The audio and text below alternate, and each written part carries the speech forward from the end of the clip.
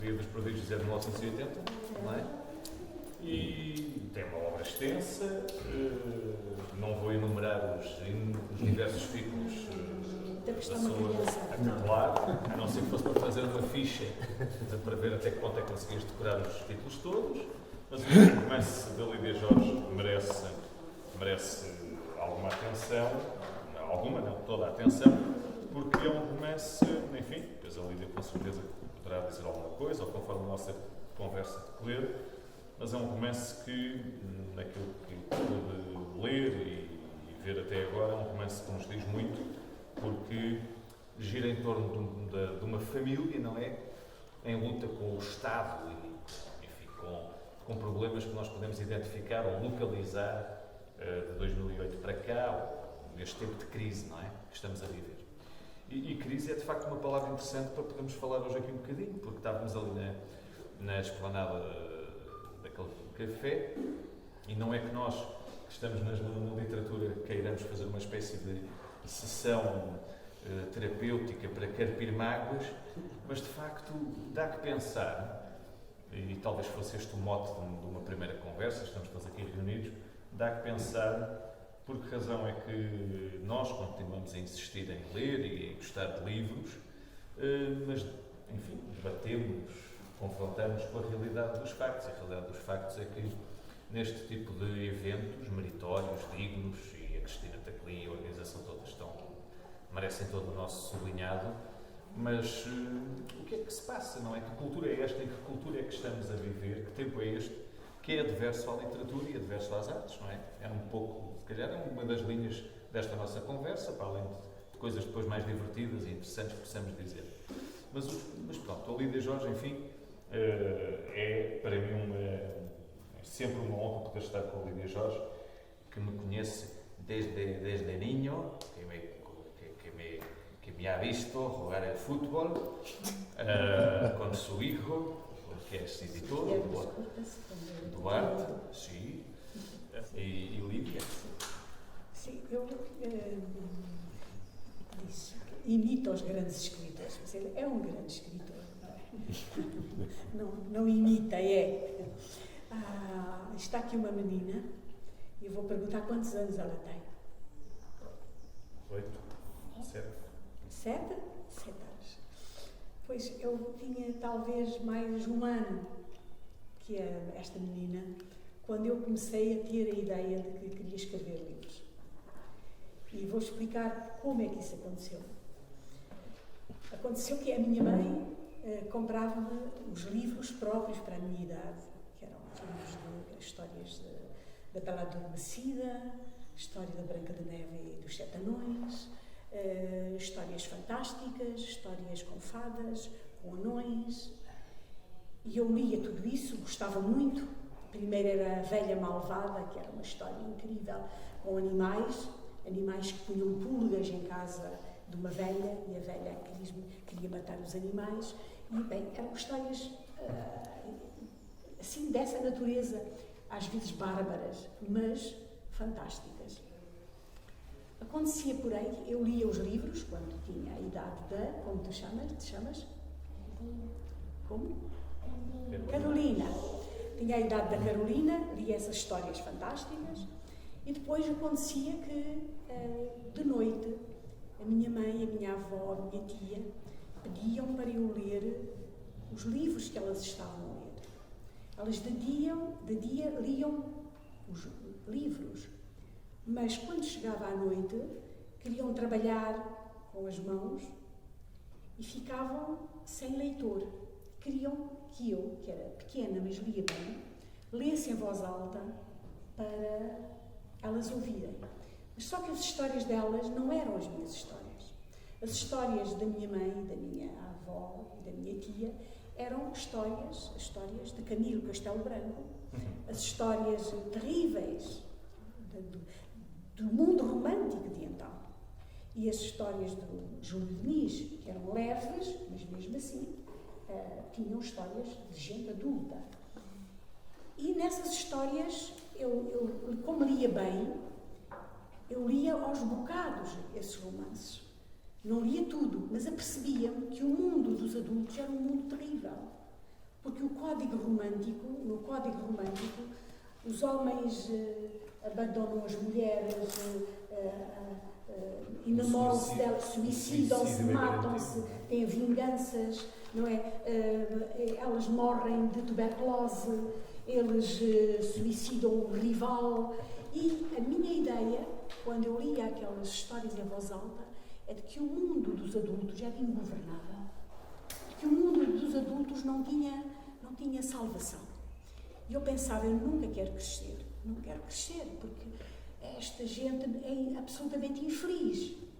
Então o que eu começava por fazer, com um pouco mais de idade que a Carolina, começava a escrever pequenas histórias, mas ordenando aquelas vidas. Quer dizer, eu fazia os pais regressarem de longe para reconhecerem os filhos que tinham abandonado.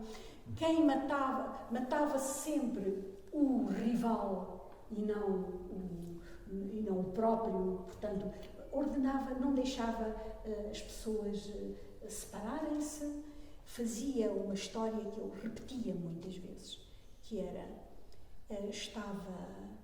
uma noite de Natal. Estavam 3 crianças à mesa, o pai tinha partido, tinha desaparecido, e estavam muito pobres.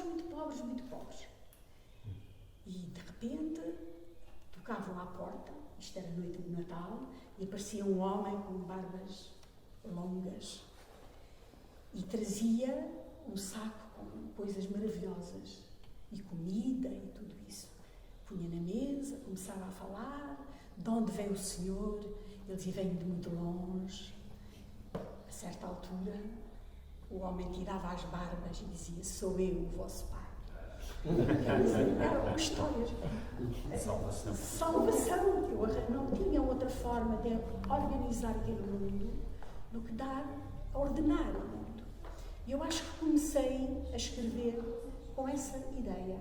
Portanto, quando eu tinha 11 anos, fui para um liceu, fui para uma escola e sempre levava um livro, um texto que tinha 33 páginas, que tinha o nome, eu não tinha outros elementos, tinha o nome de um romance que eu queria fazer à imagem daqueles romances que eu lia para a minha família. Chamava-se Amores de São João. Imaginem a loucura. Hoje uma criança não precisa de nada disto, não é? Está muito mais dirigida, não se perde desta forma. Mas eu vivia, portanto, entre 2 mundos. E lembro-me que essa história era uma história, precisamente, em que as pessoas terminavam vivendo de forma felizes. Claro que o mundo e a vida mostrou-me que a literatura não é isso. A literatura não serve para dar a felicidade dentro das páginas. Serve para criar o desejo dessa felicidade. Depois da última página, isso os grandes leitores sabem, que é depois da última página que o livro, se vê que o livro é importante ou não. Quando depois da última página ficou em nós uma série de rumor, de sentimentos, e nós ficamos a pensar no significado disso e começamos nós próprios a dar uma proposta para a vida que é suscitada pelo livro. Pensa que está de acordo comigo, não está? Estão de acordo comigo. E hoje pergunto-me porque é que nós escrevemos? Porquê? Aconteceu-me uma coincidência muito interessante. Houve um dia que, assim, num encontro destes, me perguntaram porque é que eu escrevia e eu estava muito cansada e utilizei uma fórmula muito simples. Escrevi e disse, escrevo porque tenho saudade. E depois enumerei daquilo que tinha saudade. E claro, tenho saudade de um tempo perfeito que nunca existiu, mas que imagino que possa existir. Tenho saudade de uma ordem social diferente, uma ordem social de fraternidade, e que não existe. Tenho desejo, tenho saudade de um tempo em que a totalidade a que a gente se aspira, que responda, que essa totalidade fale com a gente e diz, vocês estão sozinhos, desenvencilhem-se, ou diz, vocês não estão sozinhos, eu estou convosco e, portanto, vocês estão protegidos. Eu disse, eu tenho saudade, assim, de várias coisas. Mas achei que tinha dado uma resposta, de certa forma, moralista. Fiquei a pensar, bem, isto não me resultou muito bem, não me expliquei muito bem. Só que na noite ouvi uma entrevista da Pina Bausch, a grande coreógrafa alemã. E ela disse uma palavra, disse que dançava e fazia dançar porque tinha Sehnsucht. No momento eu não compreendi a palavra, mas foi traduzida por saudade. E depois eu fui ver, no fundo o que ela tinha dito era que dançava porque tinha saudade. E então eu aí fiquei um pouco confortada e achei que, digamos que não estava sozinha nessa ideia de que nós temos saudade de um passado, saudade de um futuro, saudade de uma perfeição, saudade do momento em que as palavras, como diz a Bíblia, no princípio era o verbo. E nós temos a ideia de que no fim será o verbo. Não é? Queremos um verbo, que nós temos verbo e que somos o prolongamento. Isto que o Gustavo estava a dizer, de que eu imito os grandes escritores, é uma forma humilde, mas de dizer o nosso, podemos ser grandes ou pequenos, mas o nosso movimento é o mesmo. É o sempre de que na grande voz da humanidade nós tenhamos uma voz e, sobretudo, e é por isso que nós não existimos sem leitores. Leitores são os nossos parceiros, A nossa voz só existe para que os leitores sintam depois o mesmo que nós sentimos, ou mais. E é nesse diálogo que a gente vive, é para isso que a gente vive e é para isso que a gente se encontra. Eu estava aqui a pensar no difícil papel de ser moderador, mas ter vontade de ficar mesmo calado e não moderar nada e ficar só a ouvir. Mas depois há palavras que cintilam, não é? Porque a palavra saudade é muito curiosa. É uma palavra que só existe em português, na língua portuguesa. Eu estava a pensar na Carolina, a Lídia, claro,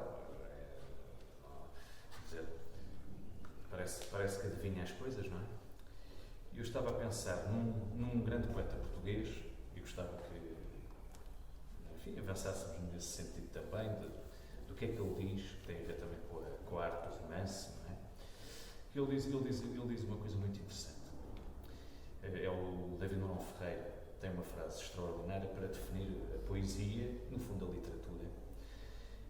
E acho que vai ao encontro desta questão da saudade, por um lado, e daquilo que o Gustavo disse também, que é o poder encantatório da palavra. Saudade é até uma palavra muito encantatória, não é? Saudade. Intraduzível, talvez. E a ideia que o Gustavo disse também de a literatura tem qualquer coisa de nós procuramos o oculto, não é? O David Nuno Ferreira tem esta definição de literatura, poesia, palavra. A poesia é sobretudo linguagem, a literatura é sobretudo linguagem. Linguagem animada pela emoção, intensificada pelo ritmo e transfigurada pela metáfora. E eu gostava de saber se, atendendo ao que disseram antes, e vendo esta questão até do David, não é? Transfigurar pela metáfora, intensificar pelo ritmo, estes tempos que estamos a viver, e não obstante amarmos a literatura e os livros, termos um grande respeito pelos leitores, saber que não há literatura sem leitores, como é que este romance que ele acaba de escrever, o universo de livros que Gustavo vem escrevendo, não são também, de alguma maneira, apesar da saudade, apesar até de uma certa boa intenção, se é que isso existe? Porque as pessoas têm a ideia de que os escritores são assim, uma espécie de santos, então se forem poetas, estão muito perto de Deus, não é? Os escritores podem ser terríveis, a gente pode ser mesmo... Não podem são. Pronto. A arte traz consigo uma espécie de rudeza, diz o Matias Aires. Eu gostava de saber se, apesar de tudo, do que disseram, também não há aí uma espécie de outra face das coisas. Também escrevem para responder, e às vezes responder de forma veemente e de forma violenta, ao mundo que dá pouca importância na verdade, ou vem dando pouca importância à literatura. Quer dizer, é também, volto ao início, uma procura da metáfora, da palavra e de transfigurar, porque é necessário transfigurar o real, não é?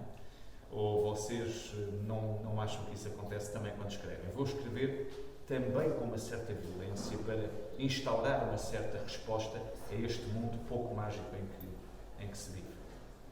Eu assino por baixo tudo o que o Gustavo acabou de dizer. E, de facto, o que está acontecendo é que a sociedade atual está encobrindo, tentando, porque está tentando sobreviver de uma outra forma.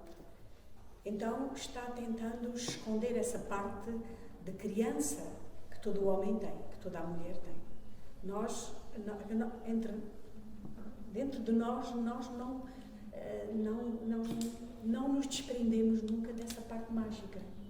Só que vivemos em estado de amnésia em relação a essa parte mágica. Quer dizer, o que nós pomos em comum é apenas a nossa parte racional. Levantamos-nos de manhã e sabemos que temos um emprego, temos uma hora para cumprir, que só podemos falar do essencial, do produtivo, cumprir horários, temos de falar de forma defensiva com os colegas, temos de pensar nas palavras que temos de dizer, temos permanentemente de nos mostrarmos bem comportados, úteis, e quando chegamos ao fim do dia, toda a outra nossa parte, ela está esmagada debaixo desta parte. E o que nós hoje estamos a sentir é um mundo, sempre foi assim, sempre escondemos, para sobreviver, escondemos essa parte, mas neste momento esse esconderijo é imenso.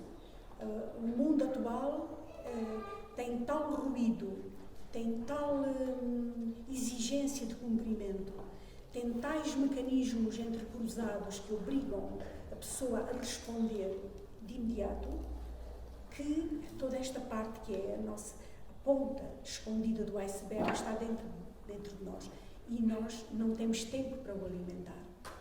Ora, a literatura é a parte selvagem, digamos, do nosso espírito. É a parte onde está guardado, onde tudo isso está guardado, como o Gustavo dizia, os nossos desejos, os nossos sonhos, as nossas associações fantásticas, que nós nunca o dizemos em voz alta. Está tudo guardado. E a literatura desperta isso mesmo. Hoje, a literatura, há um movimento paradoxal. Nunca houve tantas chamadas para se falar de literatura como agora. Em toda a parte, em todos os sítios, se chama para falar de literatura. Em todos os sítios se diz que a literatura tem esta função, que é uma função salvadora da humanidade, que o Gustavo acaba de dizer. Mas o grupo da literatura reduz-se de dia para dia. Porque o grupo da literatura não é o grupo dos livros. Quando o Gustavo fala dos livros de autoajuda em oposição aos livros literários, de facto são dois campos contrários. A autoajuda diz: salva-te, tens aqui os elementos para te salvar. Pensa em ti, faz ginástica pela manhã, olha os outros nos olhos, não tenhas medo dos outros, olha-os nos olhos para os intimidares, e coisas neste género, não é? Tens um namorado, ele não gosta de ti, pensa noutra pessoa, olha à volta dos teus colegas, e coisas do género. São pensamentos práticos para uma sobrevivência imediata. Mas a literatura não faz isso. A literatura pede para nós mergulharmos em nós, sim, mas para nos mergulharmos num conjunto. Para dizermos, não estamos sozinhos, nós somos um elemento de uma cadeia e há ideias fantásticas que nos unem. E a forma de amor, que diz que quando se está enamorado, o corpo da namorada tem de ser iluminado. A literatura diz isso, está sempre a dizer isso, mas está a dizer, o corpo do outro tem luz. O teu irmão, o outro é teu irmão. Isto é uma linguagem muito próxima da linguagem cristã, mas é outra coisa. Porque, precisamente, a literatura tende, em conjunto com a religião, tem uma coisa comum. É que a literatura procura uma totalidade. Nós andamos à procura de uma resposta total, de um sentido que nos una, de um sentido final que justifique porque é que nós vivemos. Mas a religião, isto ainda fala, meu Deus, os dedos estão apagados completamente, mas a religião dá a resposta. É por isso que os religiosos só leem um único livro. Só um único livro. Mesmo os cristãos, não pensem que não leiam só um único livro. É muito natural. Já me aconteceu vir do Brasil com uma pessoa sentei-me. Perdemos todos um avião e sentámos uns ao lado dos outros e alguém me reconheceu e disse-me: ela é escritora. E estava uma senhora ao lado e disse-me: a senhora é escritora e eu também gosto muito de livros. Eu disse: então o que lê? Ela tirou a Bíblia e disse: abra o acaso, está sempre aqui a minha resposta. Se vou viajar, tenho o versículo tal. Se vou almoçar junto dos meus colegas, eu tenho o versículo tal. Não sei. E eu disse: então não lê mais nada. Ela disse: está aqui tudo. Isto é a resposta, de facto, de um cristão que não é diferente de um islâmico. Precisamente o que o nosso mundo fez, o nosso mundo ocidental, foi dizer que nós somos tão maiores quanto mais livros nós tivermos, não? Quanto mais livros nós lemos, para entender, sobretudo, o outro, a outra pessoa, o outro. Porque é que o outro brilha para nós? Brilha como digamos, como namorado, não é? Mas porque é que me encanta uma pessoa? Porque é que me encanta uma criança sentada? Não é? Porque é que me encanta um jovem que aparece, que nos aparece? Hoje eu vou contar uma história, vão-me pedir para eu contar uma história maravilhosa que me tenha acontecido. Eu vou contar uma história maravilhosa que me aconteceu ali na Avenida dos Estados Unidos da América, e é esta. Aí há uns anos, 6, 7 anos, desapareceu o carteiro.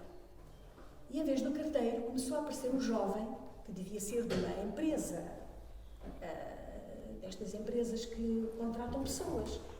Apareceu um jovem que surgia com as cartas, não deixava as cartas lá embaixo, se tinha um registro, vinha com as cartas todas. Trazia as cartas, trazia o registro, trazia uma bica, uma caneta espetada na orelha e aparecia a assobiar. Eu devo dizer que há muitos anos que não ouço um homem assobiar nem uma mulher assobiar. Ninguém assobia mais. Ninguém assobia com uma melodia. Assobiam para chamar, mas para cantar, não. E ele trazia uma melodia, assobiava. E eu fiquei um pouco a olhar para ele. Disse: que coisa extraordinária, mas calei-me. 3, 4 dias o jovem com a caneta atrás ia assobiar e a certa altura eu disse: você está a fazer este trabalho, então que curso tirou? Assim.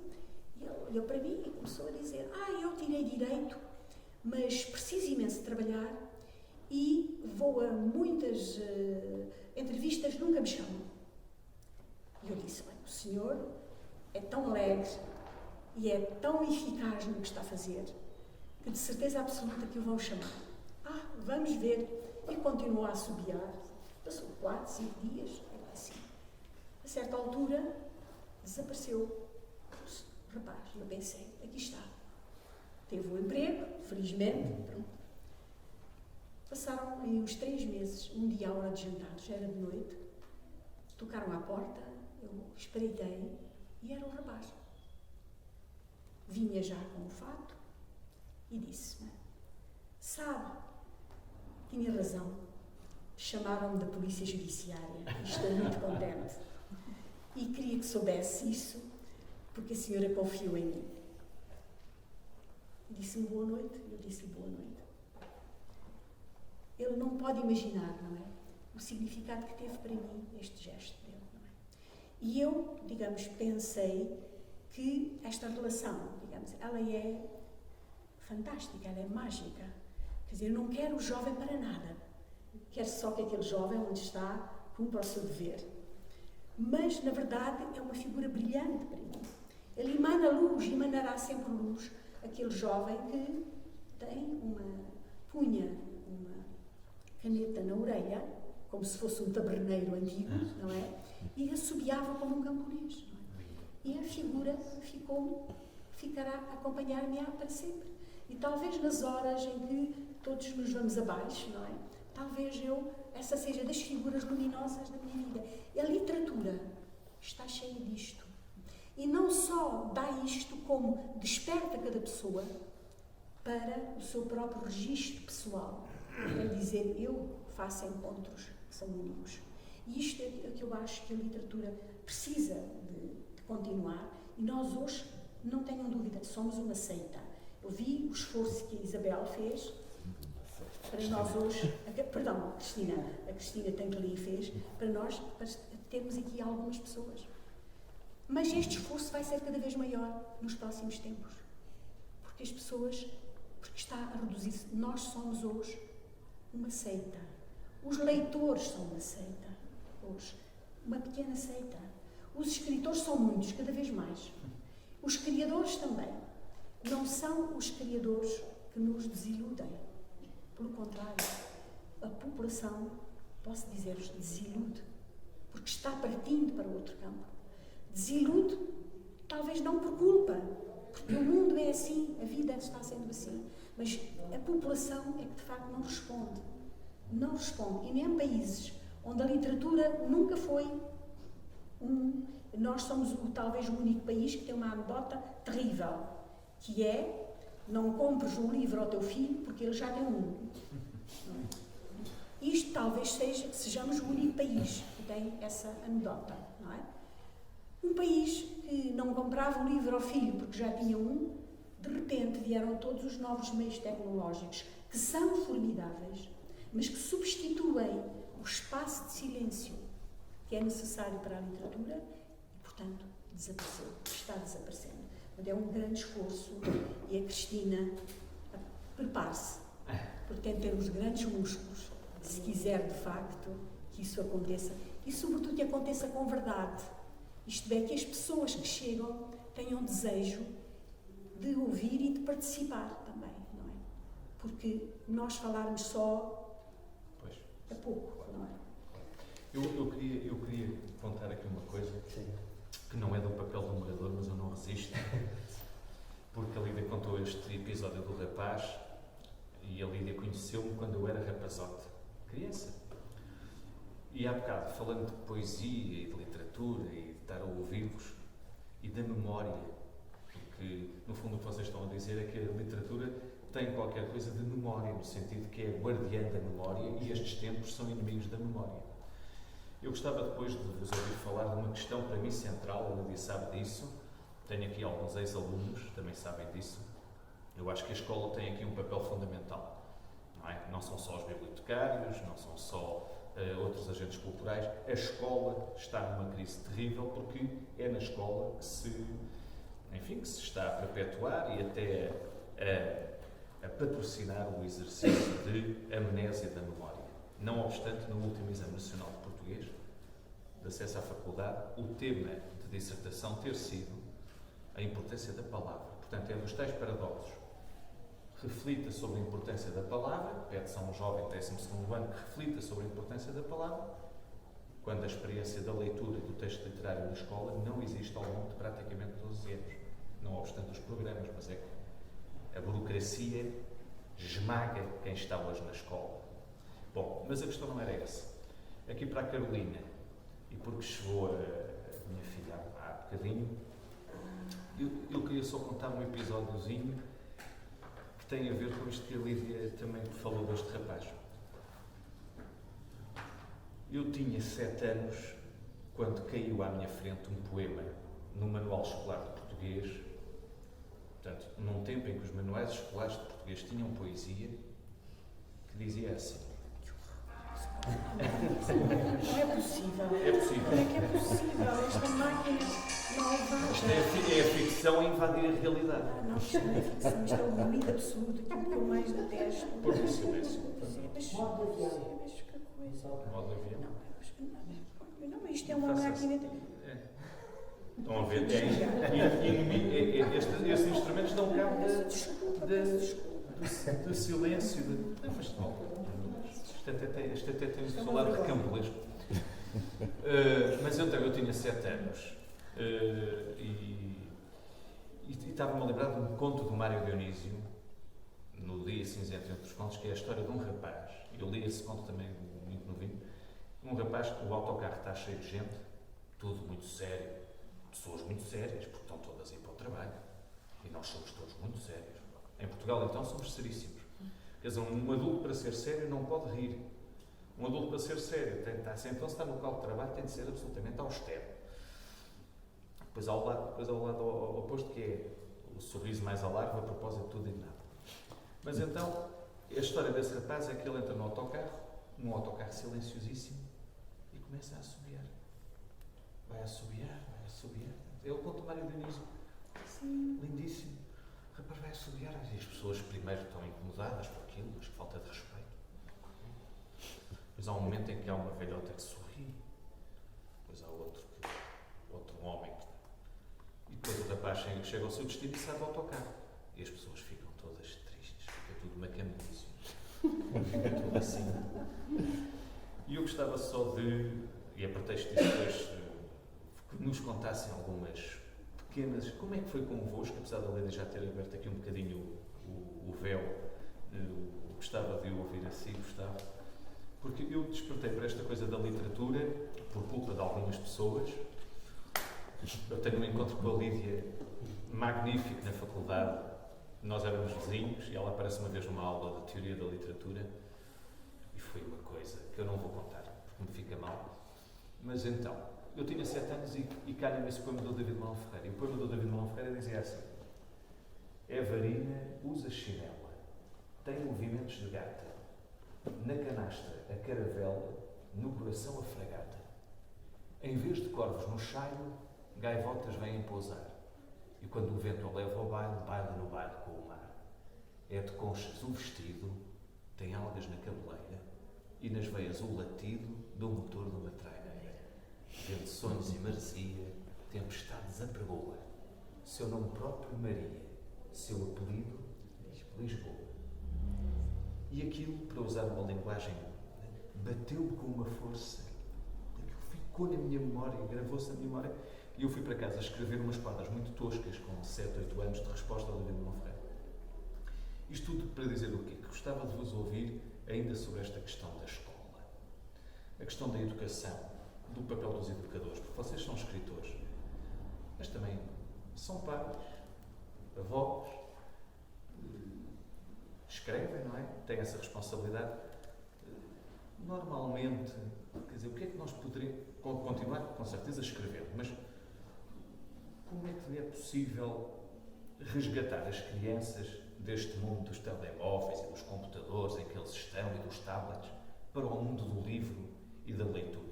Será o conto, com certeza, mas a poesia, a rima, as imagens, o romance, que a Lídia Jorge, enfim, trabalha sempre com imagens tão poéticas, eu acho que são às vezes até, a desenvolver isto ali mais tarde, poesia, de uma certa maneira, esse potencial da palavra poética, não vos parece que pode ser a arma contra este tempo tão adverso enfim, desta arte da palavra? Lídia, como é que é, claro, é avó, não é? Como é que pretende resgatar, se é que de resgate se trata, as nossas crianças, os nossos jovens para o poder da palavra, para a literatura, não aquela literatura de autoajuda, gostei muito. Essa, é porque, de facto, a Lídia há pouco disse uma coisa fundamental. É que não há exatamente uma crise do livro. Há uma crise de um determinado tipo de leitura, não é? A leitura literária, não é? Mas gostava de ouvir sobre isso, sobre o que quiser, a reboque do que disse agora, Gustavo. Sim.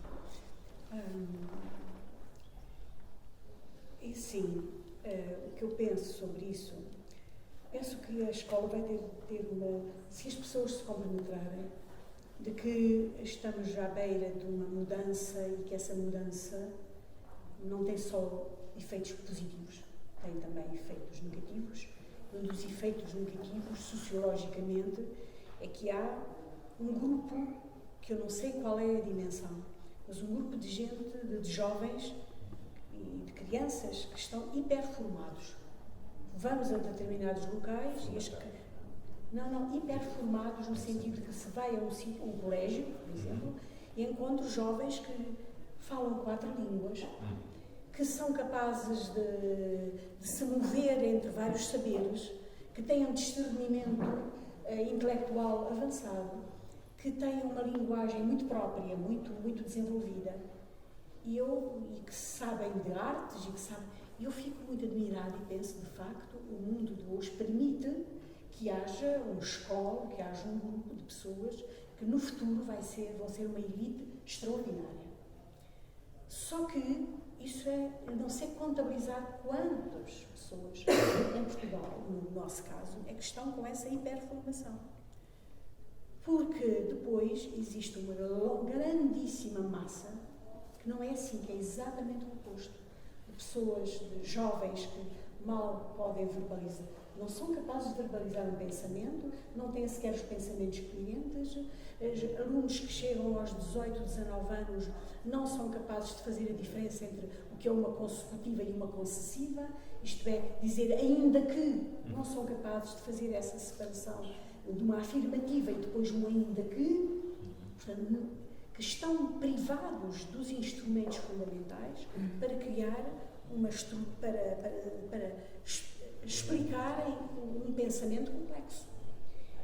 E a minha ideia é de que isto está a acontecer porque no nosso mundo, como já aqui foi dito, os estímulos são tantos, que só uma parte do nosso cérebro é que funciona.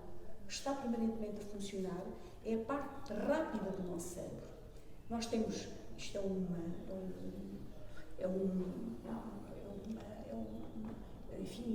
uma síntese imprópria, mas diria que nós temos 2 cérebros. Um cérebro para funcionar rapidamente e um cérebro para funcionar lentamente. Nós desencadeamos o nosso cérebro rápido com estes aparelhos, em que falamos para um lado, atendemos para o outro, assistimos a uma notícia que passa, alguém está a cantar lá fora, e quer dizer...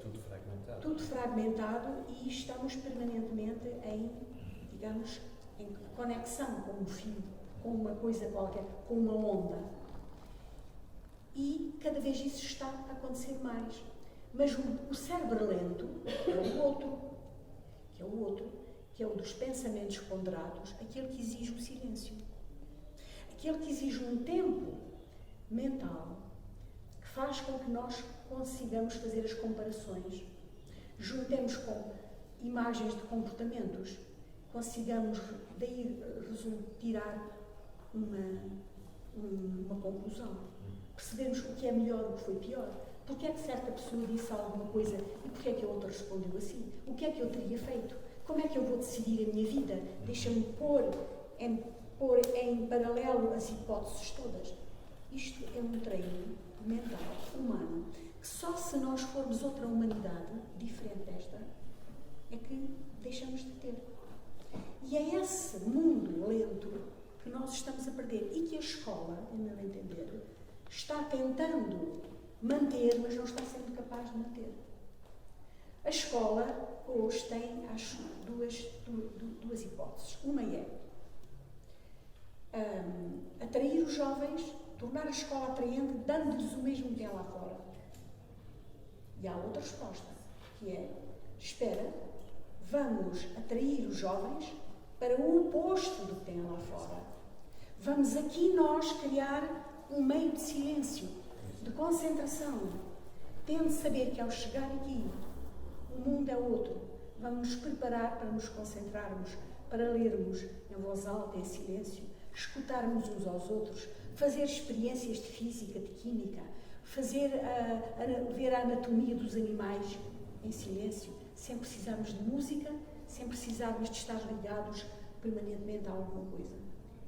E isto a escola está tendo muita dificuldade em fazer, porque as tendências reacionárias, que são as do barulho, as de que a escola deve reproduzir tal e qual o meio ambiente da boate, se for possível, da boate, está vencendo. Está vencendo. As escolas onde é proibido completamente utilizar estas maquinetas do ruído são poucas ainda. Os pais querem que as pessoas utilizem. E isto está sendo um momento, e a meu entender, esta é a forma reacionária que está a acontecer. Uma forma reacionária em que a escola é o prolongamento da sociedade. E não há controle sobre isto. Portanto, os jovens que não têm época, porque se vê depois quem são os jovens que falam 4 línguas, que discorrem bem, em geral são filhos de professores, filhos de médicos, filhos de pessoas que se aperceberam desta situação, que lhes deram, que conseguem juntar a uma cultura, à cultura da escola, uma cultura prévia de acompanhamento. E isto significa que a escola, para as pessoas da minha idade, neste momento, não cumpre o sonho que nós sonhamos. Nós, as pessoas que somos da idade daqueles que construíram a democracia, nós sonhámos uma coisa, é que toda a criança iria ser um leitor. Existe aquela expressão italiana, nate per leggere, nate per leggere, nascidos para ler.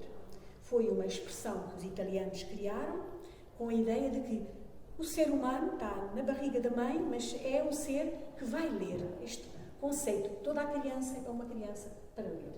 Aliás, quando se criou o nosso Plano Nacional de Leitura, eu tinha proposto, mas isso claro que é uma coisa que ainda não vingou, naturalmente, o nome italiano, Nascidos para Ler. Para que a pessoa, com alguma razão, porque Nascidos para Ler dá muita ideia de que é criança só. E aqui o Plano Nacional de Leitura é para para abranger mais. Não? Mas a mensagem é esta, é Nascidos para Ler. Na altura eu escrevi um texto sobre isso, chamado Nascidos para Ler, que é exatamente esse conceito. Mas, na verdade, hoje, a mensagem que está passando é o contrário. É, vocês não nasceram para ler. Vocês nasceram para ouvir ruídos, para transmitirem mensagens curtas. Ler não são mensagens curtas. Não acreditam nos microcontos. Os microcontos são pequeninos poemas, quando funcionam. Então é melhor ler a poesia quando são bons. Os microcontos, essa ideia, é uma ideia preguiçosa, da literatura. Porque a literatura necessita do espaço contínuo para contar esta história das pombas. Não há hipótese de compactar, dizer a um escritor, como já me disseram, em cento e não sei quantos bytes, os bytes os bytes que cabem num Twitter. Portanto, escreva um ponto. Isto é contra a literatura. A literatura tem que ter um espaço, tem que ter uma lentidão para nós termos tempo para pensarmos o que fazemos, o que é aquilo. Inclusive, porque é que o livro é superior ao livro eletrónico? Porque, de facto, o objeto livro não se pode perder, porque ele permite exatamente o recuo permanente e o espaço, quer dizer, físico, é o espaço da reflexão. E não sou eu que o digo, que o diz é o diretor da Biblioteca de Alexandria. Perde-se na atenção 40% nos meios eletrónicos. Quando, em vez de se ir a um livro, se vai ao e-book, está-se a perder o e-book 40% da atenção. E, portanto, o caminho que se está a fazer, passando do livro para o e-book, do e-book para a mensagem lenta, portanto, para o mundo eletrónico, significa que o livro não vai ser substituído por nada. Não tenham ilusões. O que está para substituir este livro, este das páginas, a proposta é nada. Até agora é nada. Porque a contraproposta é uma contraproposta que não o substitui. E se disserem que a minha perspectiva é reacionária, eu digo o contrário. Digo que a proposta, quem diz o contrário, é que é reacionária, porque o mundo que está aí está demonstrando que eu tenho razão. E não é, este eu é majestático, claro, porque é um nós temos razão e o oposto não tem razão. E por isso, nas escolas de vários países, o mundo que se cria é silencioso. Aqui eu vou a algumas, deixei de ir às escolas do tal desgosto que eu sinto. Porque vou às escolas e o que é que acontece? Põem a minha fotografia com menos 10 anos do que eu tenho, lá atrás, muito bonita, lá atrás, põem 200 alunos na minha frente e dizem, agora fala. E eu não sou, digamos... ser excêntrico em exposição. Exato, em exposição, quer dizer, falo para quem? O que é que querem ouvir? Querem ouvir de falar de futebol? Querem ouvir contar história? Eu começo a fazer isso, eu conto histórias, mas é muito incrível, porque uns já não conseguem uma história longa, a meio da história já está tudo a querer. E, portanto, isto é impossível, isto é absolutamente impossível. Portanto, há aqui um desfazamento que os professores, não sei como, mas é preciso prestar atenção, porque aquilo que há 10 anos eu dizia está a acontecer. Não sou um adivinho, mas quem anda pelas escolas percebe o caminho. Quando, neste momento, as avaliações dos professores se diz que os professores portugueses são dos mais mal formados da Europa, isto corresponde à minha percepção. E eu fui professora. E gosto dos professores. E gostava muito que eles ganhassem muito. E gostava que tivessem uma vida boa. E gostava que ficassem livres para ser poetas com os seus alunos. Porque um professor de português tem de ser um leitor. Um professor de língua tem de ser um leitor. Tem de saber poemas como o António Carlos Cortês. Um professor para dizer, você é um bom aluno, você tem de gostar disto. O professor tem de entrar e tem de dizer poemas, e tem de saber páginas de cor, e tem de gostar de ler, e tem de, a propósito de cada página, dizer, podem também ler, além deste texto, um outro em casa, e dar o nome dos livros que pode ler. Isto precisa de uma grande formação. Isto precisa de um professor muito bem formado, que goste, que nunca perca o contacto com a universidade, que tenha formadores que vão permanentemente junto, que chamem os escritores para as escolas. Nada disto está a acontecer. Nada disto. Portanto, só quando nós, de facto, rastejarmos mesmo lá nas estatísticas e houver uma instância política, um ministro lúcido, ou um ministro lúcido português, ou uma instância internacional que diga tenham vergonha. E nessa altura é que isto mudará, não é? Ainda por cima ocorre que isto que está a acontecer em Portugal, para nós, com um grande problema, porque vimos num mundo muito recuado. Portanto, os ingleses não estão a perder tanto quanto nós, porque têm um suporte diferente de nós, que vimos ou somos filhos de analfabetos ou netos de analfabetos. E, portanto, temos um background muito frágil. Portanto, rapidamente, não é essencial, deixou de ser essencial, nunca será essencial. Mas a mesma tendência está a acontecer nos outros países. Os outros países estão alarmados e nós não estamos. Portanto, a minha proposta não é propriamente que as escolas se transformem em conventos cartuchos, onde ninguém fala. Mas, na verdade, a minha proposta é que se repense o espaço de concentração da escola. E eu fui, a última escola onde eu fui, foi no Algarve, e aconteceu que as aulas são de 45, 50 minutos, e os miúdos saíam para a rua, e o que é que tinham no intervalo? Rock da pesada. Isto aconteceu em Quarteira.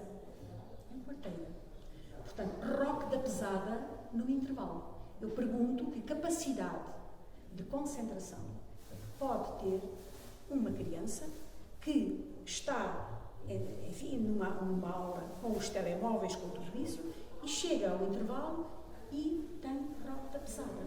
Como é que fala com os colegas? Como é que tem espaço para ele próprio cantar? Porque é que hoje as crianças fazem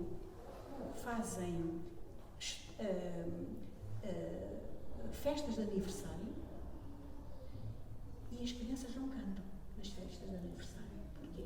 Põem música, põem barulhos, mas não põem... Porquê é que as crianças já não cantam? Eu penso que o António Carlos Cortês ainda é do tempo em que as crianças nos cantávamos nas festas de aniversário. Os meninos cantavam imenso nas festas de aniversário. Dizia-se coisas, os meus miúdos entretinham-se. E agora, porquê é que não é assim? Porquê é que só em certos sítios é que é assim? Ou só com certos pais é que é assim? Quer dizer, os miúdos, em vez de criarem elementos, são seres invadidos por elementos. E isto é uma perda. Portanto, desculpa, foi uma resposta muito longa. Não, mas necessário. Mas quero dizer, é alguma coisa que me toca tanto no meu coração, tanto, que eu digo. E tenho que dizer, porque tem que se dizer, Lídia, enfim, acho que amanhã nós teremos aqui o Alberto Miguel. Eu faço daqui um apelo a todos os que aqui estão, para que arrastem o maior número de pessoas convosco e venham aqui. Porque é vergonhoso se amanhã, entre nós, estando o maior historiador do livro, ou o maior bibliófilo, o diretor da Biblioteca de Buenos Aires, o homem que leu, quando adolescente, que leu para o Jorge Luís Borges, que lhe leu histórias, porque o Borges, o grande escritor argentino, já estava cego. Eu apelo a que, enfim, fazendo aqui o papel que é também às vezes um bocadinho da Cristina da CLI, da organização, a que de facto venham amanhã, com amigos, com família, o mais que puderem, porque isto que a Lida está a dizer, de alguma maneira não pode ter eco amanhã, quando estivermos aqui com o Alberto Miguel. Porque é disto que se trata. Eu acho muito bem que a Lídia diga e que aproveite todos os canais que tenha, e são ainda alguns, para poder fazer ouvir a sua voz, porque onde estão os professores deste concelho? Onde estão os professores das escolas desta zona e os alunos? Para estarem com o Gustavo Martim Gás e com a Lídia Jorge. Onde estão? Não desfazendo, evidentemente, nos queridos amigos que aqui vieram. É de facto isto que se trata. Eu fico muito agradecido pela Lídia Jorge ter essa coragem e creio que ficamos todos, não é? Porque é disto que se trata. De lutar pela memória, lutar pelo pensamento, contra a ideologia Trump, que não nos está a invadir só desde que o Donald Trump é presidente. Está em curso, está em processo, há já umas boas décadas, mas agora o plano é inclinado, não é? Bom, Lídia, não sei, Gustavo, não sei se quer dizer alguma coisa. Meia e meia, talvez fosse bom falarmos aqui um bocadinho, caso queiram, questionar os nossos convidados, mas eu volto a fazer esse apelo, agora que a Cristina Tacli também entrou, para que estas palavras que a Lídia Jorge acabou de dizer, que são palavras fortes, são palavras que nos devem fazer pensar, tenham eco nas pessoas que aqui estão e que estejam amanhã aqui também, tragam mais amigos, tragam familiares, não sei, raptem algumas pessoas, se possível, e com uma certa emoção queria dizer o seguinte, que